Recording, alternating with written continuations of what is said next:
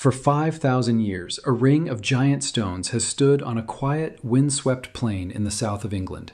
And for nearly all of those 5,000 years, no one has been able to fully explain how they got there. The largest of these stones weighs as much as 4 fully grown elephants. Some of them were dragged across the land from nearly 150 miles away. But the strangest stone of them all, the one lying flat and half buried at the very heart of the monument, has just revealed a secret that may change everything we believed about the people who built it. When modern science turned its sharpest tools onto this single stone, it uncovered a journey that no one thought was even possible.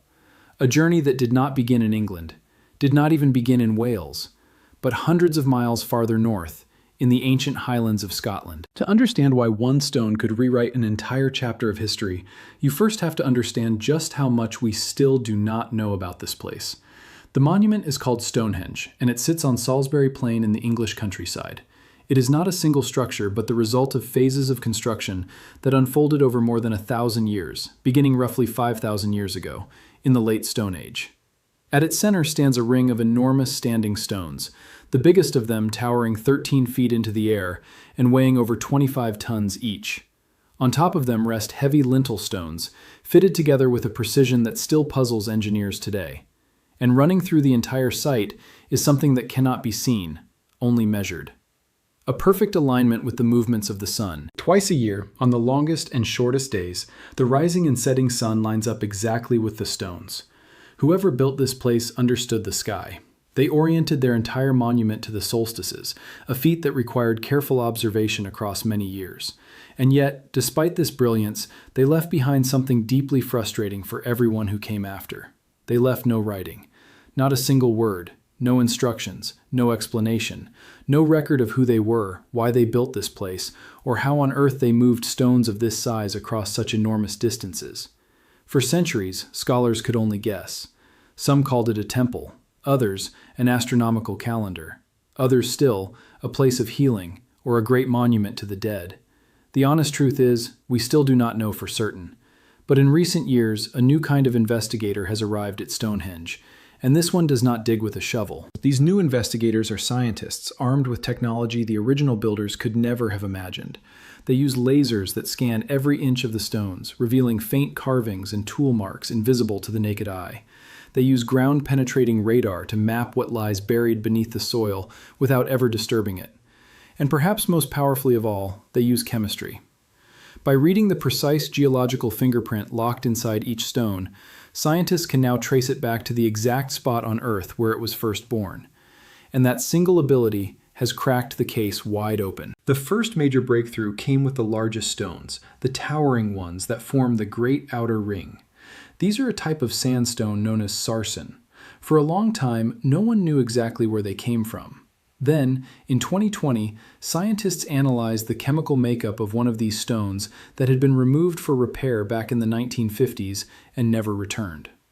By matching its unique geochemical signature, they traced the sarsens to a patch of forest called Westwoods, about 15 miles north of the monument. A long way to drag a 25-ton stone, certainly, but at least it was local. The real mystery was always the smaller stones hidden inside. These smaller stones are known as blue stones, and they are not from anywhere near Salisbury Plain. They are volcanic rocks, and years of careful analysis trace them to the Preseli Hills, in the far west of Wales, roughly 140 miles away. 140 miles. Across rivers, over hills, through dense forests, all of it hundreds of years before the wheel ever arrived in Britain. How Neolithic people moved dozens of these stones across such a distance remains one of the great puzzles of all archaeology.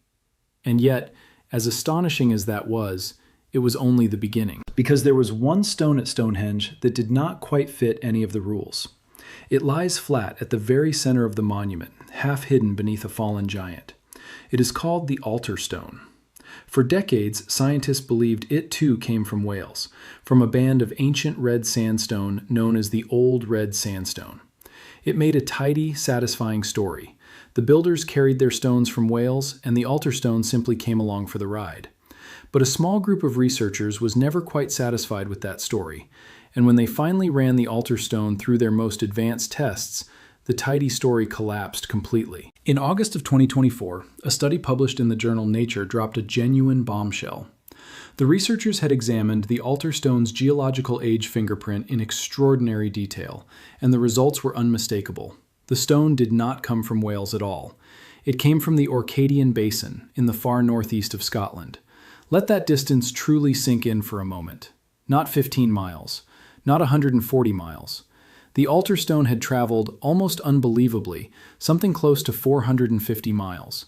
From the highlands and islands of Scotland all the way down to the plain of Salisbury. This single finding changes everything, because it means the people who built Stonehenge were not simply hauling stones from a nearby Welsh quarry.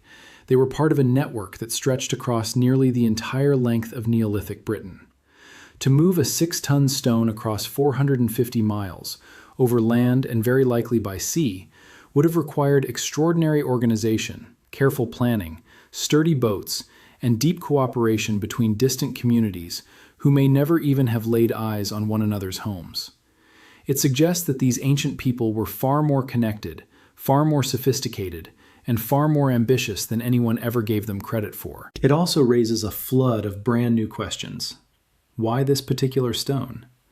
What made a rock from the far north of Scotland so important that it deserved a place at the very center of Britain's greatest monument? Was it a gift exchanged between powerful tribes? A sacred relic carried like a treasure? A symbol of unity binding distant peoples together? Was the journey itself the entire point? A long pilgrimage that gave the stone its meaning?